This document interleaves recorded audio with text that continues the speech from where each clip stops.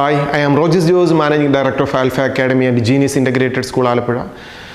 2023 NEET examination base ചെയ്ത് veterinary കോഴ്സിലേക്ക് admission ലഭിക്കാനുള്ള ഓൾ ഇന്ത്യ കൗൺസിലിംഗ് സ്റ്റാർട്ട് ചെയ്യുന്നു. സെപ്റ്റംബർ 22 മുതലാണ് രജിസ്ട്രേഷനും ചോയ്സ് ഫില്ലിംഗും സ്റ്റാർട്ട് ചെയ്യുന്നത്.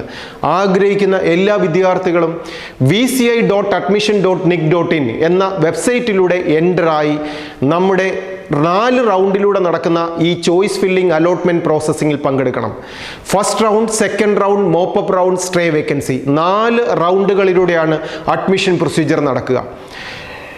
+2 ഫിസിക്സ്, കെമിസ്ട്രി, ബയോളജി എടുത്ത് പഠിച്ച് നീറ്റ് എക്സാമിനേഷൻ എഴുതി ഉയർന്ന മാർക്കുകൾ സ്കോർ ചെയ്ത ആ ക്വാളിഫയിങ് മാർക്കിലൂടെയാണ് ഒരു വിദ്യാർത്ഥിക്ക് വെറ്റിനറി കോഴ്സിന് അഡ്മിഷൻ ലഭിക്കുന്നത്. +2വിൻ്റെ ക്വാളിഫിക്കേഷൻ എന്ന് പറയുന്നത് 50% ജനറൽ കാറ്റഗറിയിൽ വരുന്ന എല്ലാ വിദ്യാർത്ഥികൾക്കും ഉണ്ടാവണം. റിസർവേഷൻ കമ്മ്യൂണിറ്റിയിൽ വരുന്ന വിദ്യാർത്ഥികൾക്ക് 47.5% +2വിൻ്റെ മാർക്ക് ആയാലും മതി. ഇങ്ങനെ എലിജിബിലിറ്റി ഉള്ള വിദ്യാർത്ഥികൾ നീറ്റിൻ്റെ മാർക്കിനെ ബേസ് ചെയ്തിട്ട്, നീറ്റിൻ്റെ റാങ്കിനെ ബേസ് ചെയ്തിട്ടാണ് ഈ വെറ്റിനറി കോഴ്സിലേക്ക് അഡ്മിഷൻ ലഭിക്കുക. ഓൾ ഇന്ത്യയിൽ മൊത്തം 744 സീറ്റുകളാണ് വെറ്റിനറി കൗൺസിലിന് ഉള്ളത്. ഓരോ സ്റ്റേറ്റിലുമുള്ള വെറ്റിനറി ക്യാമ്പസിലെ 15% സീറ്റാണ് ഓൾ ഇന്ത്യ കൗൺസിൽ ഫില്ല് ചെയ്യുന്നത്. കേരളത്തിൽ 2 ക്യാമ്പസാണുള്ളത്, ഒന്ന് തൃശ്ശൂരും മറ്റൊന്ന് പൂക്കോട്ടും. ഈ തൃശ്ശൂർ ക്യാമ്പസിൽ ടോട്ടൽ ഉള്ളത് 125 സീറ്റും പൂക്കോട് ക്യാമ്പസിലുള്ളത് 100 സീറ്റുമാണ്. ഈ സീറ്റുകളുടെ 15%, അതായത് ഓൾ ഇന്ത്യ ഫില്ല് ചെയ്യുന്നത് തൃശ്ശൂർ ക്യാമ്പസിലെ 19 സീറ്റും പൂക്കോട്ട് ക്യാമ്പസിലെ 15 സീറ്റുമാണ്. ഇങ്ങനെ കേരളത്തിലെ ഈ 2 ക്യാമ്പസിലെ 15% സീറ്റും ഓൾ ഇന്ത്യ വൈസുള്ള മുഴുവൻ ക്യാമ്പസിലെ 15% സീറ്റ് എന്ന് പറയുമ്പോൾ 744 സീറ്റും. ഇതിലേക്കാണ് ഓൾ ഇന്ത്യ കൗൺസിലിംഗ് ഇപ്പോൾ അഡ്മിഷൻ സ്റ്റാർട്ട് ചെയ്തിരിക്കുന്നത്. നമുക്കറിയാം, കേരളത്തിലെ ഈ 2 ക്യാമ്പസിലെ ബാക്കി വരുന്ന 85% സീറ്റിലേക്കുള്ള അഡ്മിഷൻ നടത്തുന്നത് കേരള എൻട്രൻസ് കമ്മീഷനാണ്, KEAM വഴിയാണ്. അതിൻ്റെ അലോട്ട്മെന്റ് പ്രോസസ്സിംഗ് നടന്നുകൊണ്ടിരിക്കുകയാണ്.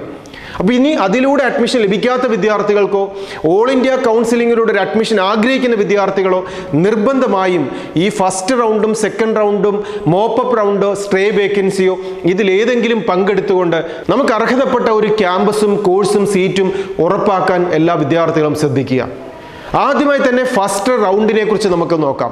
ഫസ്റ്റ് റൗണ്ട് ചോയ്സ് ഫില്ലിങ്ങും രജിസ്ട്രേഷനും സ്റ്റാർട്ട് ചെയ്യുന്നത് സെപ്റ്റംബർ 22 മുതൽ 25 വരെയുള്ള 3 ദിവസങ്ങളിലായിട്ടാണ്. ഇതിൽ നമുക്ക് രജിസ്റ്റർ ചെയ്യണം. ഒരു കാൻഡിഡേറ്റ് ഈ വെബ്സൈറ്റിലൂടെ എൻ്റർ ആയതിനു ശേഷം കാൻഡിഡേറ്റ് രജിസ്ട്രേഷനാണ് ആദ്യം ചെയ്യേണ്ടത്. രജിസ്ട്രേഷൻ ഫീസ് എന്ന് പറയുന്നത് 1000 rupees ആണ്.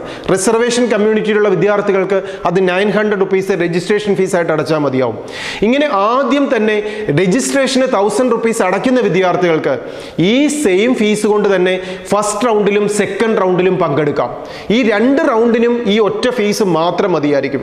ഈ ഫസ്റ്റ് റൗണ്ടിൽ പങ്കെടുക്കുന്ന വിദ്യാർത്ഥികൾക്ക് 22നും 25നും ഇൻ ബിറ്റ്വീൻ രജിസ്റ്റർ ചെയ്തതിന് ശേഷം നമുക്ക് ഏതൊക്കെ കോഴ്സ് ക്യാമ്പസിലാണ് വേണ്ടത് എന്നതിനെക്കുറിച്ച് കൃത്യമായി അവിടെ രജിസ്ട്രേഷൻ ചോയ്സ് ഫില്ലിംഗ് എൻട്രി ചെയ്യുക.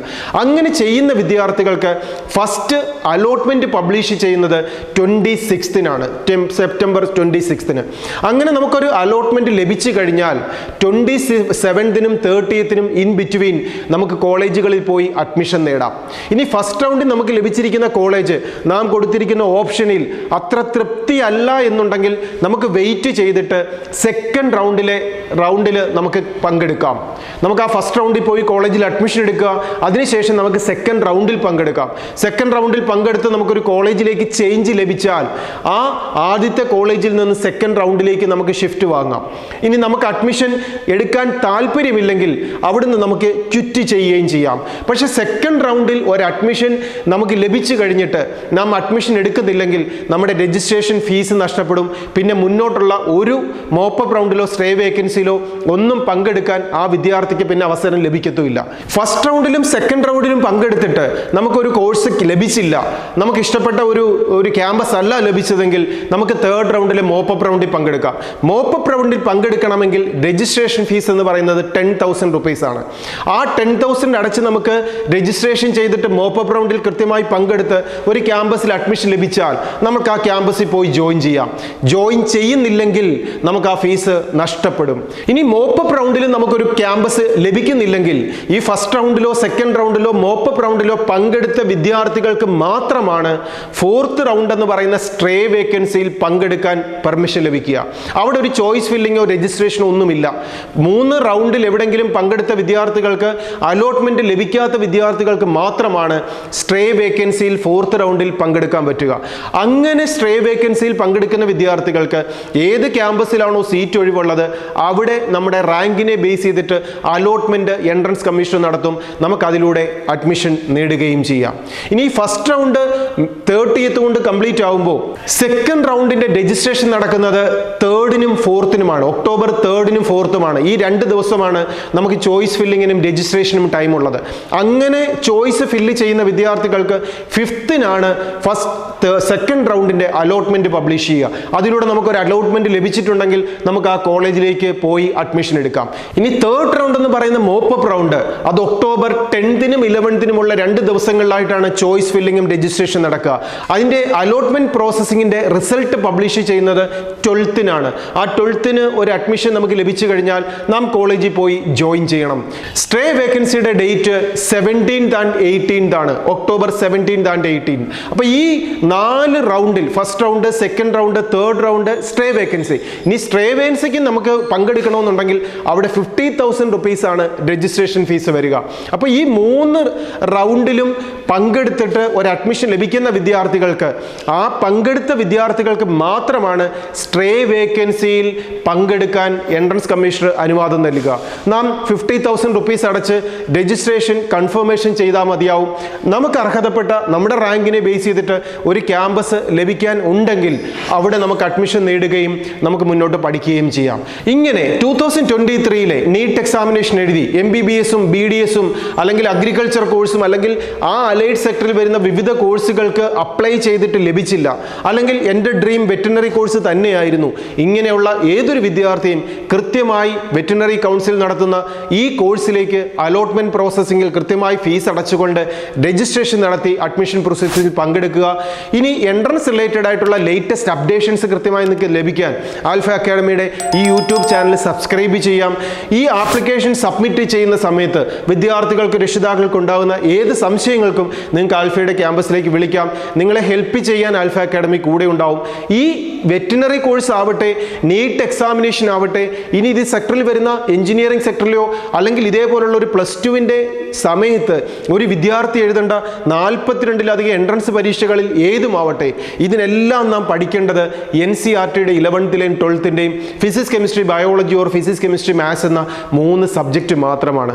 ഇതൊക്കെ പഠിച്ചാൽ നമുക്ക് ലഭിക്കുന്ന ക്യാമ്പസുകൾ, ലഭിക്കുന്ന ഡെസിഗ്നേഷൻസ്, കിട്ടുന്ന ജോബ് ഓപ്പർച്യൂണിറ്റീസ്, ലൈഫ് സ്റ്റൈലിൽ ഉണ്ടാകുന്ന ചേഞ്ചസ്, ഇതിനെക്കുറിച്ചൊക്കെ ഡ്രീം ചെയ്തിട്ട് വേണം ഒരു വിദ്യാർത്ഥി ഇതിനു വേണ്ടി ഒരുങ്ങാൻ.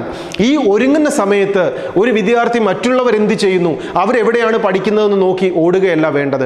എന്നെ വിജയിപ്പിക്കാൻ, എനിക്ക് വിജയിക്കാൻ വേണ്ട കഴിവുള്ള ഒരു വിദ്യാർത്ഥിയാക്കി മാറ്റാൻ എനിക്ക് ഏറ്റവും നല്ല പേഴ്സണൽ അറ്റൻഷൻ കിട്ടുന്ന ഒരു സിസ്റ്റം എവിടെയുണ്ട്, അതാണ് ആൽഫ അക്കാഡമി കഴിഞ്ഞ 23 വർഷമായി വിദ്യാർത്ഥികൾക്ക് പ്രൊവൈഡ് ചെയ്യുന്നത്.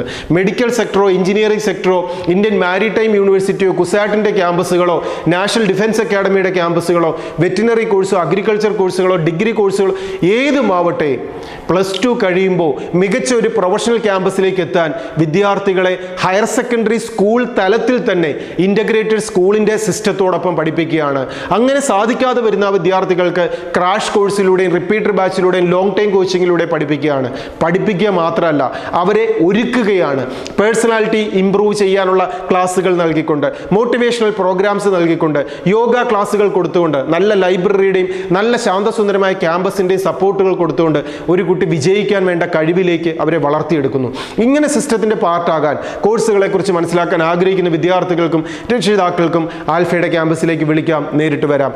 നിങ്ങളെ വിജയിപ്പിക്കാൻ, നിങ്ങളെ പഠിപ്പിച്ച് ഏറ്റവും നല്ല മികച്ച വിജയം നേടാൻ കഴിവുള്ള വിദ്യാർത്ഥികളാക്കി മാറ്റാനും ആൽഫ അക്കാഡമി കൂടെയുണ്ട്. Best wishes.